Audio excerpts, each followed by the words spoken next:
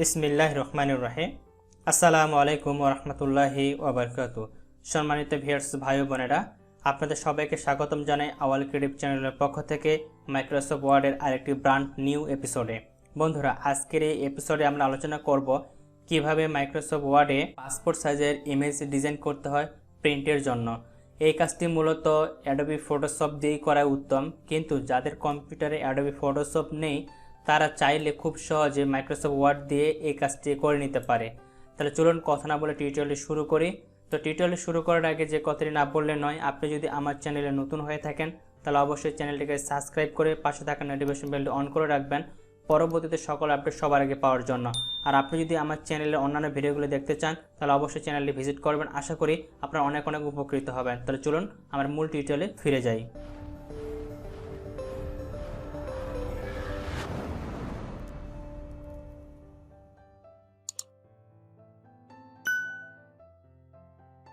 Welcome back. তো বন্ধুরা, দেখতে পাচ্ছেন আমার কম্পিউটারে মাইক্রোসফট ওয়ার্ড অ্যাপ্লিকেশনটি ওপেন করা রয়েছে এবং এখানে পাসপোর্ট সাইজের অনেকগুলো ইমেজ ডিজাইন করা রয়েছে একটি A4 সাইজ পেজে। তো এই কাজটি আমরা কিভাবে করব চলুন দেখে আসি। তো এটার জন্য আমি নতুন একটা পেজ নিচ্ছি, কন্ট্রোল অ্যান্ড প্রেস করে নতুন একটা ডকুমেন্ট ক্রিয়েট করলাম। তো দেখেন প্রথমেই আমাদের এখানে যে পেজটা রয়েছে এই পেজটাকে আমরা সেট আপ করবো। আমরা জানি যে কোনো কিছু প্রিন্ট করার জন্য মূলত আমরা A4 সাইজটাকেই বেশি ব্যবহার করি। তো এই জন্য আমরা এই পেজটাকে সেট আপ করবো। সেট আপ করার জন্য আমরা প্রথমে লেআউটে ক্লিক করব। লেআউটে ক্লিক করার পর এখান থেকে পেজ সাইজ রয়েছে, সাইজে ক্লিক করব। সাইজ থেকে আমরা সিলেক্ট করে দিব A4। আমি A4 সিলেক্ট করে দিলাম। তারপরে পেজের যে মার্জিন রয়েছে মার্জিনটাকে সেট আপ করবো। এই জন্য এখান থেকে মার্জিনে ক্লিক করব। মার্জিন থেকে আপনারা নর্মাল রাখতে পারেন অথবা নেরোটা সিলেক্ট করে দিলে বেশি ভালো হয়। তো আমি এখান থেকে নেরোটাকে সিলেক্ট করে দিলাম। তাহলে মোটামুটি আমাদের পেজ সেটআপ কিন্তু কমপ্লিট। এখন আমাদের এখানে ইমেজ নিয়ে আসতে হবে। তো ইমেজ নিয়ে আসার জন্য আমরা চলে যাব ইনসার্টে। ইনসার্ট ট্যাব থেকে এখানে দেখতে পাচ্ছেন পিকচার লেখা রয়েছে, আমরা এই পিকচারে ক্লিক করব। পিকচারে ক্লিক করলে এখানে আমরা দুটি অপশন দেখতে পাবো, একটা হচ্ছে দিস ডিভাইস আর একটি হচ্ছে অনলাইন পিকচার। অর্থাৎ আপনি যদি ইন্টারনেট থেকে কোনো ইমেজ ডাউনলোড করে এখানে ইউজ করতে চান তাহলে অনলাইন পিকচারে ক্লিক করবেন।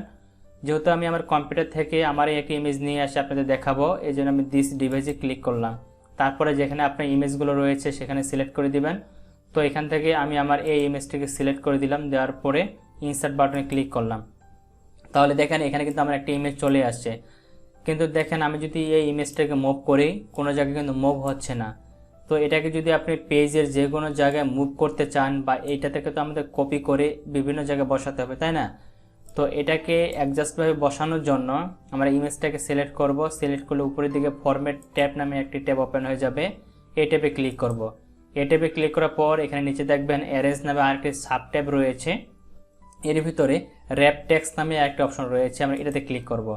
এটাতে ক্লিক করার পর আপনারা এখান থেকে স্কোয়ার, টাইট, থর্ড এখান থেকে যে কোনো একটা সিলেক্ট করে দিতে পারেন, অথবা সবচাইতে বেশি ভালো হয় যদি আপনি ইন ফ্রন্ট অফ টেক্সটে সিলেক্ট করে দেন। তো দেখেন আমি ইন ফ্রন্ট অফ টেক্সটে সিলেক্ট করে দিলাম। এটা সিলেক্ট করে দিলে এখন আমি এই ইমেজটিকে আমার পেজে যে কোনো জায়গায় মুভ করে রাখতে পারে। তো এখানে আমি রাখলাম। এখন আপনার এই ইমেজটা যদি ক্রপ করার প্রয়োজন পড়ে বা রিসাইজ করার প্রয়োজন পড়ে, অর্থাৎ আপনি যে সাইজের ইমেজটি প্রিন্ট করতে চাচ্ছেন বা যেভাবে সাজাতে চাচ্ছেন সেটি করে নিতে পারেন। এটি করার জন্য ইমেজটিকে সিলেক্ট করবেন, ফরম্যাট ট্যাবে থাকবেন, তারপরে এখানে দেখতে পাবেন সাইজ নামে আর একটি সাব ট্যাব রয়েছে। আপনি এখান থেকে হাইট এবং ওয়েট চেঞ্জ করতে পারেন। তো এটার জন্য এখানে একটি এরো বাটন দেখতে পাবেন নিচের দিকে, এই সাইজ অপশনে এখানে ক্লিক করবেন। ক্লিক করার পর এখানে দেখতে পাবেন আপনার ইমেজ যেটা নিয়ে আসেন তার সাইজ কতটুকু রয়েছে। তো এখানে যে সাইজটুকু আমাদের দেওয়া রয়েছে এটা মূলত আমাদের ইঞ্চিতে থাকে। আমরা জানি যে পাসপোর্ট সাইজের যে ইমেজের সাইজ সেটা হচ্ছে হাইট হচ্ছে আমাদের 2 ইঞ্চি এবং ওয়েট হচ্ছে 1.5 ইঞ্চি, ঠিক আছে? তো আমরা এখানে ইমেজের সাইজ অরিজিনাল সাইজটাই আছে, এই জন্য এটাকে আমার ক্রপ করার প্রয়োজন নেই। যদি আপনাদের সাইজটা অ্যাডজাস্ট না থাকে তাহলে এখান থেকে সাইজটাকে অ্যাডজাস্ট করে নেবেন। হাইট করে দিবেন 2 এবং ওয়েট করে দিবেন 1.5। আর আপনার যদি এখানে রেশিওটা লক থাকে তাহলে লকটাকে তুলে দিবেন, তাহলে আপনারা এখানে যেটা পরিবর্তন করবেন সেটাই থাকবে। আর যদি লকটা দিয়ে রাখেন তাহলে রেশিওটা আপনাদের কম বেশ হয়ে যাবে। যেমন আমি যদি এখান থেকে রেশিওটা 3 করে দিই আর এখানে যদি আমি 1 করে দিই বা 5 করে দিই, তারপর যদি ওকে বাটনে ক্লিক করি তাহলে দেখেন রেশিওটা কিন্তু আমার এলোমেলো হয়ে গেছে, ঠিক আছে? এই জন্য আপনি এখান থেকে লক করে দিতে পারেন। আর আপনি যদি চান যে না আমি ইঞ্চিতে এটা কনভার্ট করব না, আমি পিক্সেল, মিলিমিটার বা সেন্টিমিটার কনভার্ট করব, তাহলে আপনাকে এখান থেকে একটা সেটিংস করে নিতে হবে। এই সেটিংসটি করার জন্য আপনাকে যে কাজটি করতে হবে, উপরের দিকে দেখতে পাবেন কুইক অ্যাক্সেস টুলবার নামে একটা অপশন দেওয়া রয়েছে, তো এখানে ক্লিক করবেন। এখানে ক্লিক করার পর নিচের দিকে আসবেন, দেখতে পাবেন মোর কমান্ড নামে একটা অপশন দেওয়া রয়েছে, এটাতে ক্লিক করবেন। এটাতে ক্লিক করার পর এরকম একটা ট্যাব ওপেন হয়ে যাবে, এখান থেকে অ্যাডভান্সে ক্লিক করবেন। অ্যাডভান্সে ক্লিক করার পর আপনার একটু নিচের দিকে আসবেন, নিচের দিকে আসলে এখানে দেখতে পাবেন যে show measurement in unit of, এখানে আমার ইঞ্চি সিলেক্ট করা আছে, আপনি চাইলে এখান থেকে সেন্টিমিটার, মিলিমিটার, পয়েন্ট এবং পিক্সেল সিলেক্ট করে দিতে পারেন। ঠিক আছে, তো আমি এখান থেকে ইঞ্চি রাখলাম, রাখার পর জাস্ট ওকে বাটনে ক্লিক করলাম।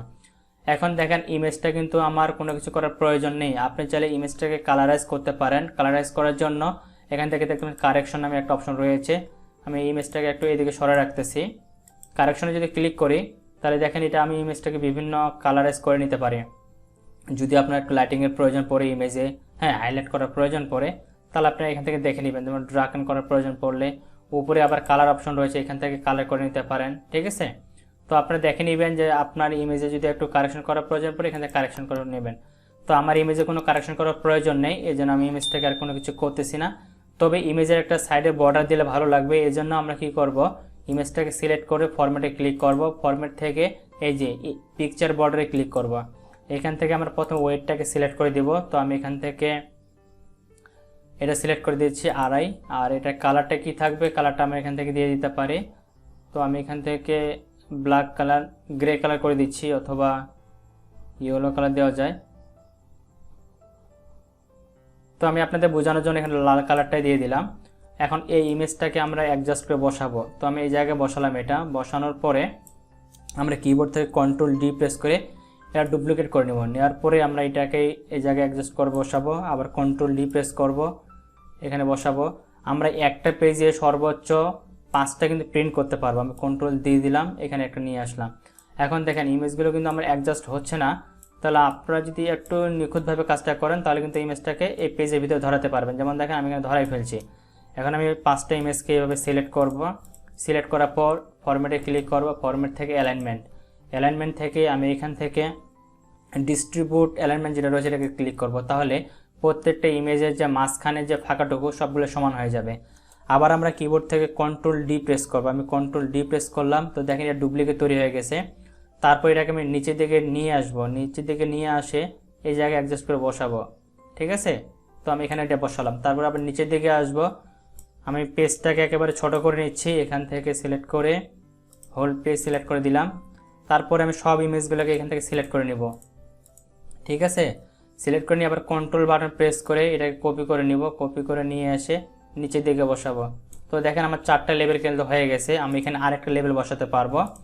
তো আপনারা যত নিখুঁতভাবে কাজগুলো করবেন তত কিন্তু সুন্দর হবে। আমি আবার কন্ট্রোল বাটন প্রেস করে আপনারা কপি করতে পারেন, অথবা আপনি যদি কন্ট্রোল-D প্রেস করে ছেড়ে দেন তারপরে কিন্তু কপি হবে।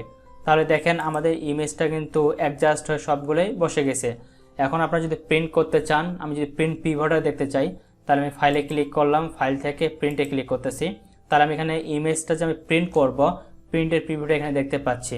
আমি এখান থেকে একটু জুম করে যদি দেখি, দেখেন কত সুন্দর কিন্তু এখান থেকে আমরা প্রিভিউটা করে দেখতে পারতেছি। ঠিক আছে, তো এইভাবে আপনারা যে কোনো সাইজের ইমেজ আপনি চাইলে এখান থেকে স্ট্যাম্প সাইজ, A4 সাইজ, হ্যাঁ যে পেজের আপনার প্রয়োজন বা যে ইমেজের প্রয়োজন সেই সাইজটা দিয়ে এখান থেকে কাস্টমাইজ করে নিতে পারেন।